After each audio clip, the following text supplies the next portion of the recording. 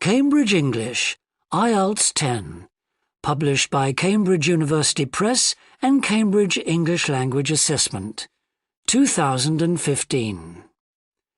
This recording is copyright. CD 1. Test 1.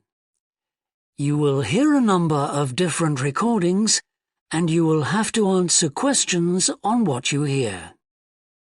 There will be time for you to read the instructions and questions, and you will have a chance to check your work. All the recordings will be played once only. The test is in 4 sections. At the end of the test, you will be given 10 minutes to transfer your answers to an answer sheet.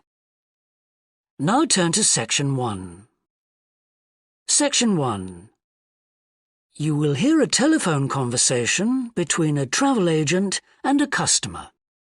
First, you have some time to look at questions 1 to 6.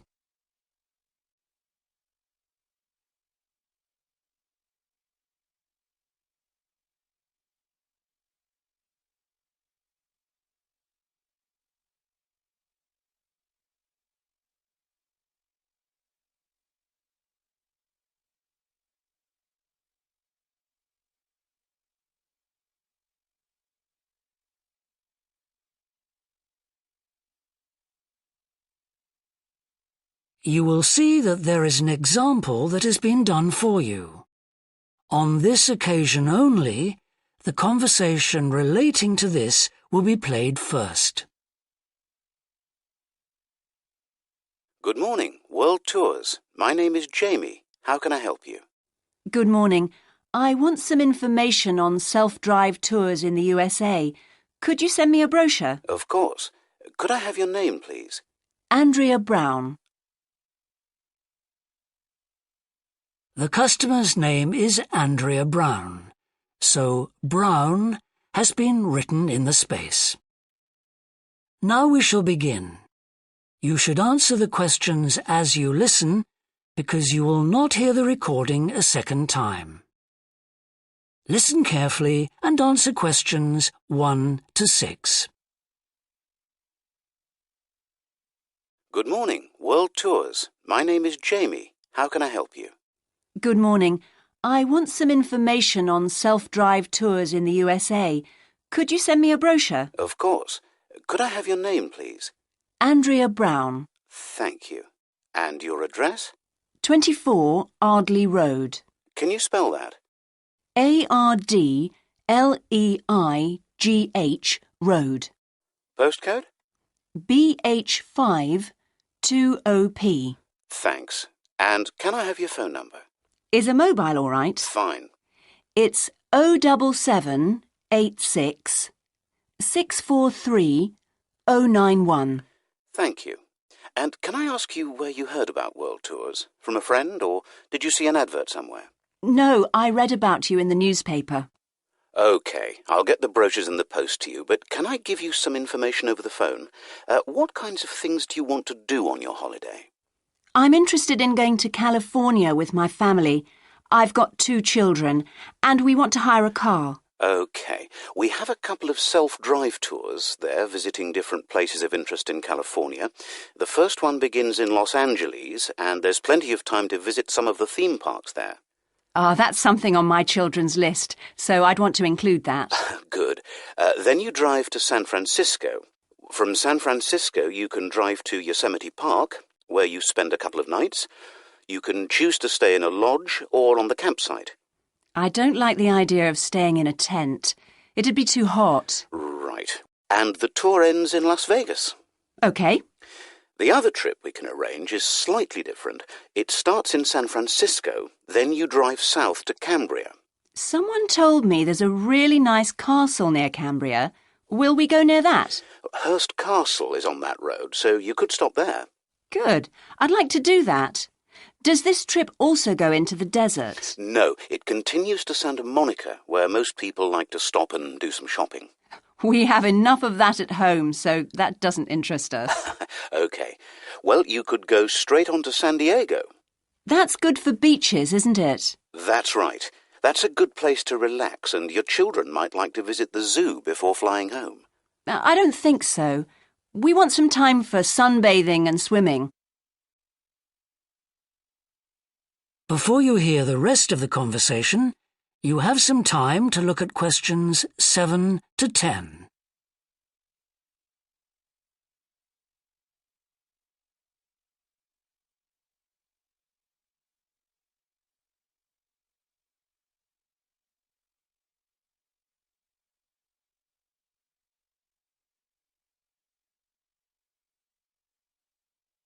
Now listen and answer questions 7 to 10. So, how many days are the trips and how much do they cost? The first one I told you about is a self-drive tour through California, which lasts 12 days and covers 2,020 kilometres. The shortest journey is 206 kilometres and the longest is 632 kilometres. The cost is £525 per person. That includes accommodation, car rental and a flight, but no meals. OK. And the other trip? That lasts 9 days, but you spend only 3 days on the road. You cover about 980 kilometres altogether. So is that cheaper then? Yes, it's almost £100 cheaper. It's £429 per person, which is a good deal. So that covers accommodation and car hire. What about flights? They aren't included, but these hotels offer dinner in the price. OK. Well, thank you very much. I'll be in touch when I've had a chance to look at the brochure. I'm pleased to help. Goodbye. Goodbye. That is the end of section 1. You now have half a minute to check your answers.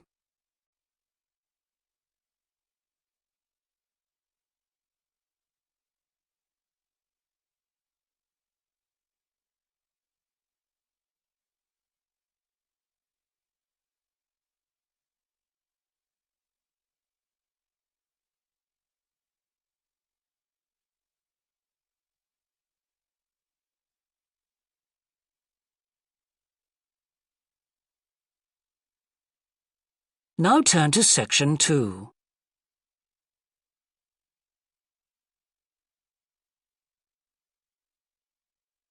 Section 2. You will hear a fitness manager of a leisure club talking to some new members. First, you have some time to look at questions 11 and 12.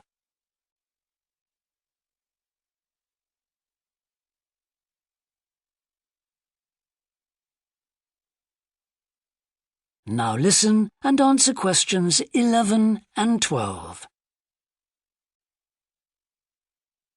On behalf of LP Clubs, I'd like to welcome you all here today.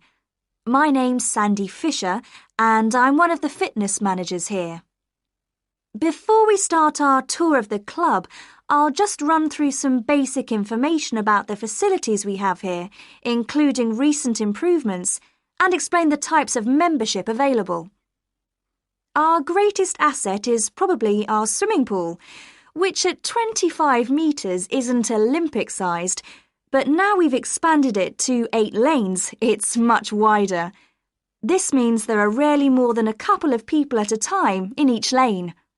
Unfortunately, there isn't space for an outdoor pool here, but the glass roof on the swimming pool is partly retractable, which means you can enjoy something of the open-air experience on warmer days. Our recently refurbished fitness suite has all the latest exercise equipment, including 10 new running machines and a wide range of weight training machines.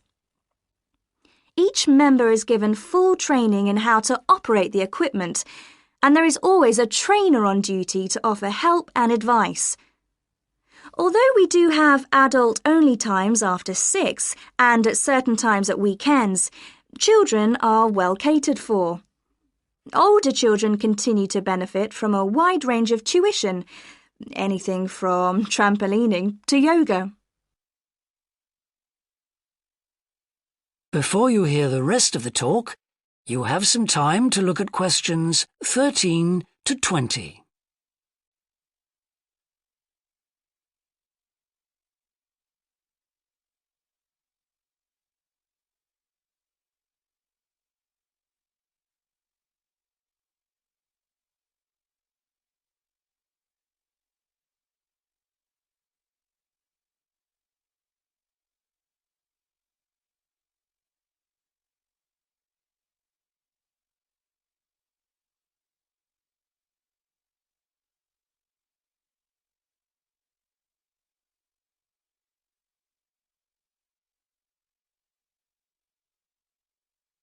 Now listen and answer questions 13 to 20.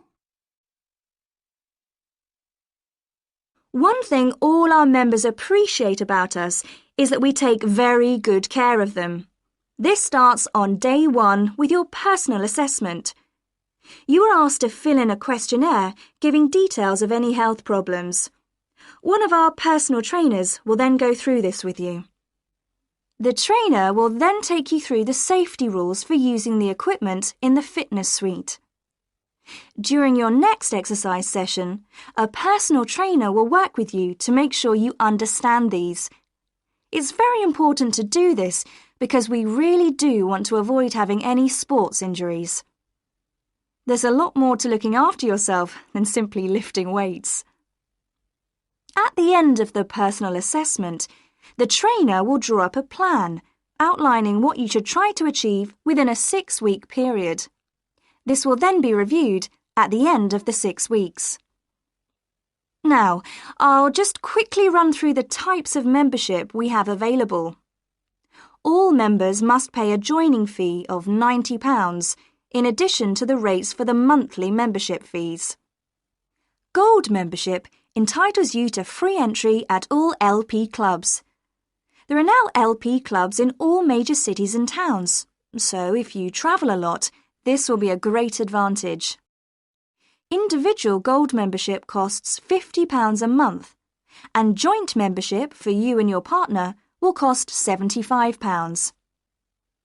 Premier membership is for professional people whose work commitments make it difficult for them to use the club during the day, and so LP gives booking preferences to Premier members at peak times.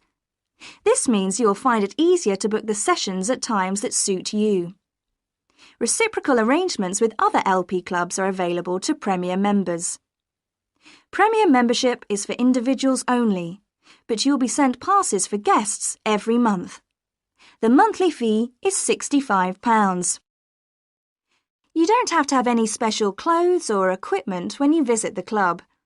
We provide robes and hairdryers in the changing rooms, but it's very important to remember your photo card because you won't be able to get in without it. For people who aren't working during the day, That is the end of section 2. You now have half a minute to check your answers.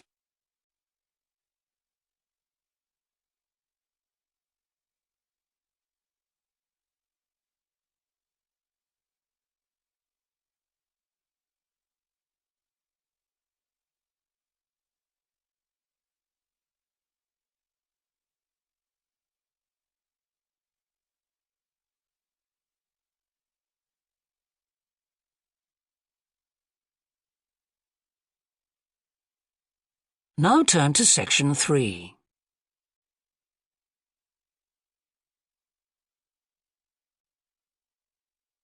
Section 3. You will hear a student called John talking to a professor about a design competition he is entering. First, you have some time to look at questions 21 to 25.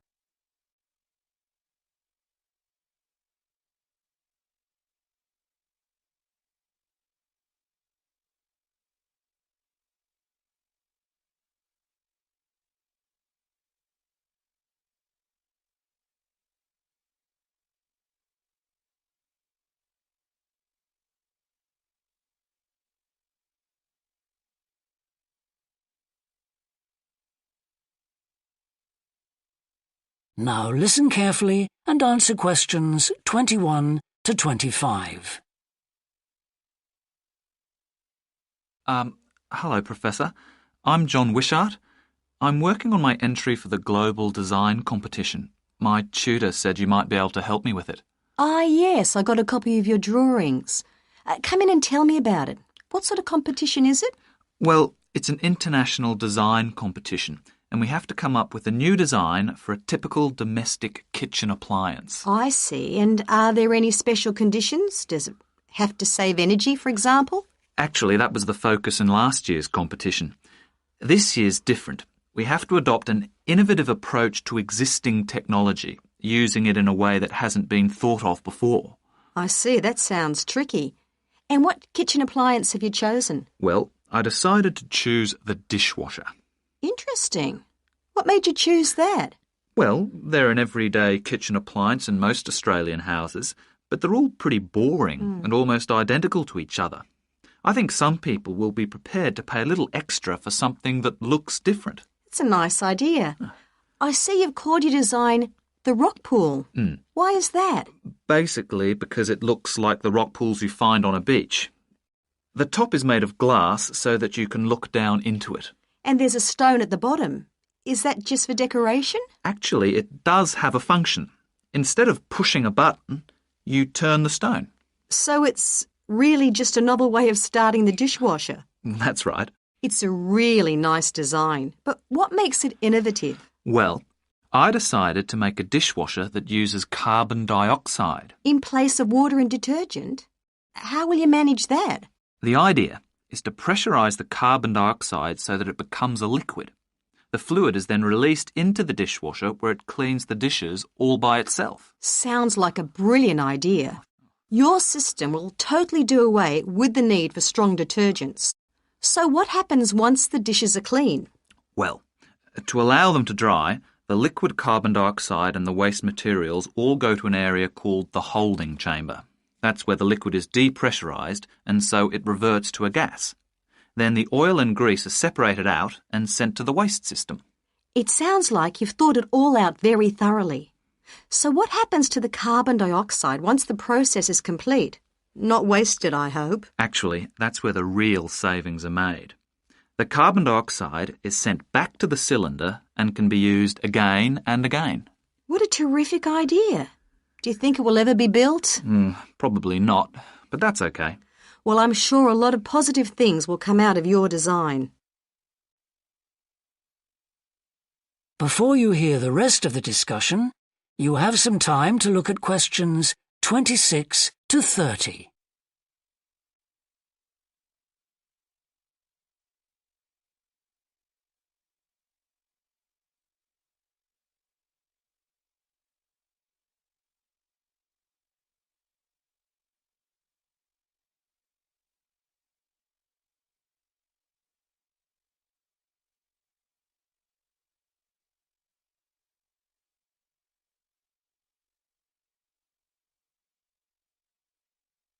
Now listen and answer questions 26 to 30.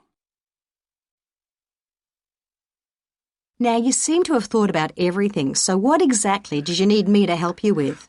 Well, my design has made it to the final stage of the competition, and in a few months' time I have to give a presentation, and that's the part I was hoping you could help me with. Right, well, that should be easy enough. What have you managed to do so far? Well, I've got detailed drawings to show how it will work, and I've also written a 500-word paper on it. I see. Well, if you want to stand a good chance of winning, you really need a model of the machine. Yes, I thought I might, but I'm having a few problems. What's the main difficulty so far? Let me guess. Is it the materials? Yes. I want it to look professional, but everything that's top quality is also very expensive. Look, projects like this are very important to us. They really help lift our profile. So why don't you talk to the university about a grant? Oh. I can help you fill out the application forms if you like. Oh, that would be great. You'd better show me this paper you've written as well. For a global competition such as this, you need to make sure the technical details you've given are accurate and thorough. Oh, that would be a great help. Is there anything else I can do? Well, I'm really nervous. That is the end of section 3. You now have half a minute to check your answers.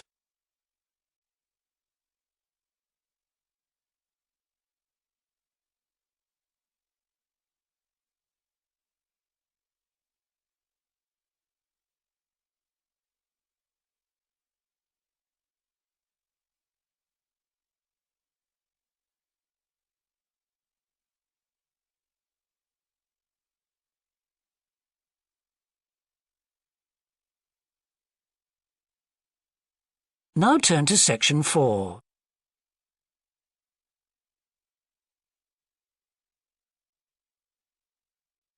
Section 4. You will hear a university lecture about an endangered bear in British Columbia, Canada, known as the spirit bear.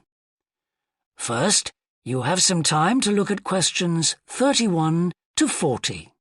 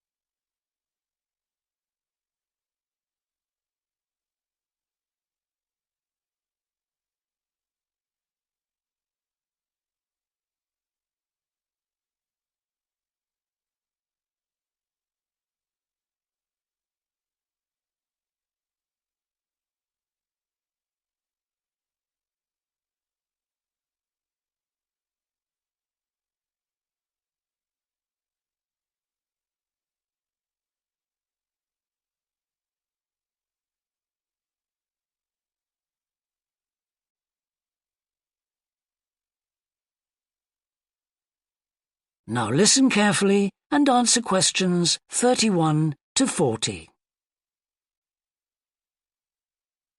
Today, we continue our series on ecology and conservation with a look at a particularly endangered member of the black bear family.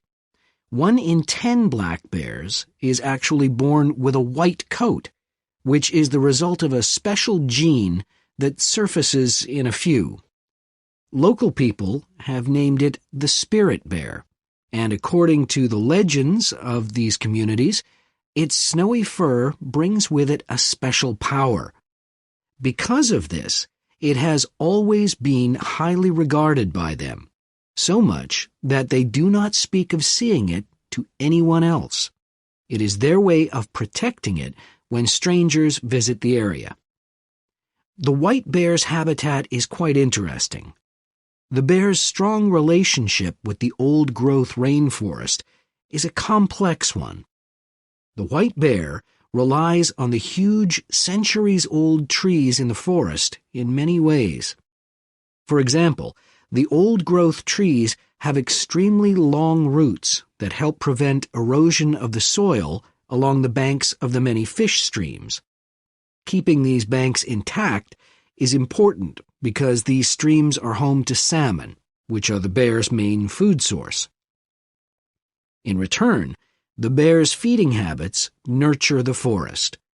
As the bears eat the salmon, they discard the skin and bones in great amounts on the forest floor, which provide vital nutrients. These produce lush vegetation that sustains thousands of other types of life forms, from birds to insects and more. Today, the spirit bear lives off the coast of the province of British Columbia on a few islands. There is great concern for their survival, since it is estimated that less than 200 of these white bears remain. The best way to protect them is to make every effort to preserve the delicate balance of their forest environment. In other words, their ecosystem.